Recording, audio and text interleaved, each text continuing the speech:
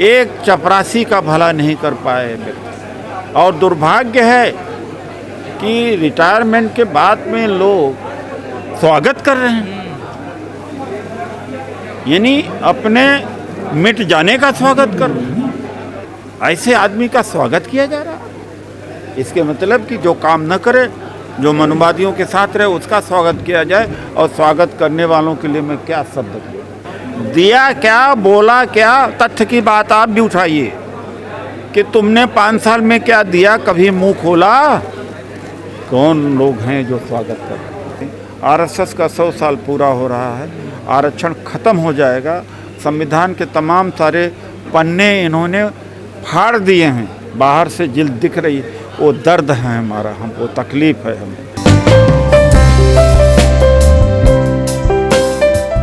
आज परिसंघ का द्वितीय सम्मेलन हुआ है। मेरा सहयोगी डॉक्टर ओम सुधा और पूरी टीम के सहयोग से हुआ।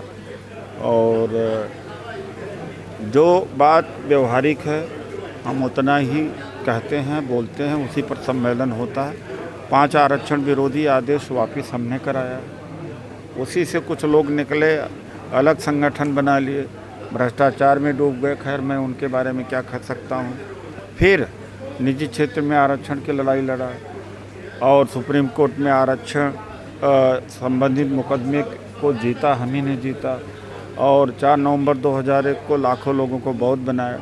अब हम एक देखते हैं कि पाखंडवाद से हमारा समाज ज़्यादा गिरता जा रहा, तो फिर से एक बड़ा आह्वान, उस बार तो 10 लाख का किया था, इस बार 1 करोड़ से ज़्यादा लोगों को बौद्ध धर्म की दीक्षा के लिए तैयारी की जा रही है, ताकि जो पाखंडवाद पूरे समाज को भक्षण कर रहा है उससे बचाया जाना चाहिए। और निजीकरण जो बर्बाद कर चुका है करीब करीब हम लोगों को, सारी सरकारी कंपनियों का निजीकरण, गवर्नमेंट डिपार्टमेंट का निजीकरण, नौकरियों का देना बंद कर दिया। नई शिक्षा नीति में आरक्षण है ही नहीं, आने वाली है। इन सब पर लोग चुप हैं, लेकिन कोई बैठ कर के आलोचना करे या बैठ कर के भाषण दे या कभी कभी इसके ऊपर अपना दर्द जाहिर करे, इतने मात्र से नहीं चलेगा। हमें मैदान जंग होना चाहिए। आज 700 लगभग पूरे देश से प्रतिनिधि आए, इतना ही आए थे 18-19 जून को। तो तैयारी है, लंबी तैयारी है। हमने हमेशा मैदानी लड़ाई लड़ी है। रामलीला मैदान 22 बार भरा है, 22 बार भर करके सरकार के ऊपर दबाव बना। तो जो व्यवहारिकता की बात है हम करते हैं। हम कहने के लिए कि हम भाषण में इस सरकार को हम फूंक देंगे, उड़ जाएगी, ऐसी चीज़ों से जो लोग बोलते हैं, क्षणिक रूप से लोग बड़ा ताली बजाते हैं, लेकिन हम लोग इस बात को नहीं कहते। जो कर सकते हैं उतना ही हम अपना प्लान करते हैं, उतना ही उद्देश्य रखते हैं, उतना ही खबर करते हैं। लेकिन दुर्भाग्य है कि भारतीय समाज भावुक है। 2 करोड़ रोजगार मिलेगा, लोग भावुक हो गए। विश्व गुरु क्या है? लोग भावुक हैं।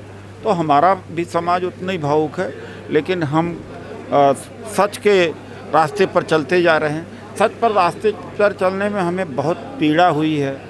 हम ही लोगों को दलाल कहा गया था, और जो देने वाले बने चले थे वो ख़त्म होते चले गए। और देने वालों ने न हमें लड़ने दिया न खुद लड़े। अगर वो भी लड़े, हमें लड़ने दिया होता तो भी अच्छी बात थी। वो संसद छोड़ के भागे, कभी मैदान में नहीं आए, रैली नहीं किया, मैनिफेस्टो नहीं जारी किया, कभी मुद्दा नहीं उठाया। और आज भी मैदान में वो आ सकते हैं, लेकिन बिलों में घुसे हुए हैं। तो हमें अब मैदान में आना चाहिए। केवल परिसंघ की बात नहीं, परिसंघ तो सभी संगठनों का संगठन है। तमाम हजारों संगठन हैं, सैकड़ों संगठन हैं, लाखों हैं। मैं उनसे आग्रह करूंगा कि नेतृत्व मुझे नेता न माने, मुद्दे को तो नेता मान लें, मुद्दे पर इकट्ठा तो हो जाए, जात पात छोड़ तो दें, नहीं मिट जाएंगे। बहुत कम समय रह गया। 24 के बाद 25 में आरएसएस का 100 साल पूरा हो रहा है। आरक्षण खत्म हो जाएगा। संविधान के तमाम सारे पन्ने इन्होंने फाड़ दिए हैं, बाहर से जिल्द दिख रही है, वो दर्द है हमारा, हमको तकलीफ़ है, हमें इस बात का बहुत, लेकिन समाज क्यों नहीं समझ पा रहा है, मुझे बड़ा चिंता है इस बात। सर आपने पाखंडवाद का जिक्र किया, एक वीडियो बड़ा वायरल हो रहा है, वो भी पाखंडवाद ही कहा जा रहा है, राष्ट्रपति जो नई बनी है उनको। देखिए ऐसा है कि वहाँ पाखंडी ही रह सकता है, अब राष्ट्रपति बन गई हैं तो उनके लिए हम नहीं कुछ कह सकते हैं, लेकिन बीजेपी है ही पाखंड की पार्टी, और बीजेपी के द्वारा जो चुन करके आएगा वो अलग थोड़ी हो सकता, जो अलग होगा उसको बीजेपी हटा देगी। आप तो लोगों को जगाने का काम कर रहे हैं, वो उनका सम्मान करने का काम। कलंक रहे, 20 मई 2014 को बायोडाटा लेकर के मेरे घर आए, दमनजीत सिंह, विवेक से उनका 2 एविडेंस हैं, पूछ सकते हैं, जिसकी हैसियत यह नहीं थी कि लोकसभा का टिकट बीजेपी देने के लिए कंसीडर करती, पैनल में नाम नहीं थी उसके, मैं तो कुछ नहीं कर पाया, लेकिन बीजेपी में दबाव मेरा था शुरू में, तो उन्होंने सोचा मैं कुछ करा दूंगा उनके लिए, तो उनकी कुछ सिफारिश किया, लेकिन खैर मेरे सिफारिश से ये मैं नहीं कहता कि उनका कुछ हुआ, लेकिन 1 साल के बाद में गवर्नर हुए, इसके राष्ट्रपति बने, एक चपरासी का भला नहीं कर पाए व्यक्ति। और दुर्भाग्य है कि रिटायरमेंट के बाद में लोग स्वागत कर रहे हैं, यानी अपने मिट जाने का स्वागत कर रहे हैं। 48 विश्वविद्यालय सेंट्रल, एक में वाइस चांसलर नहीं, हमारे खात्मे का स्वागत कर रहे हैं। ये क्या ये कर नहीं सकते? निजीकरण हुआ, कभी बोला नहीं। आदिवासियों को जेल में डाल दिया गया नक्सल के नाम पर, कभी बोला नहीं। आरक्षण खत्म हुआ, कभी बोला नहीं। राजीव गांधी फेलोशिप जो पीएचडी के लिए खत्म हुई, बोला नहीं कभी। ऐसे आदमी का स्वागत किया जा रहा है। इसके मतलब कि जो काम न करे, जो मनुवादियों के साथ रहे, उसका स्वागत किया जाए, और स्वागत करने वालों के लिए मैं क्या शब्द कहूँ। ये इलाज आप लोगों को भी करना चाहिए कि स्वागत किस बात का, किस बात का स्वागत।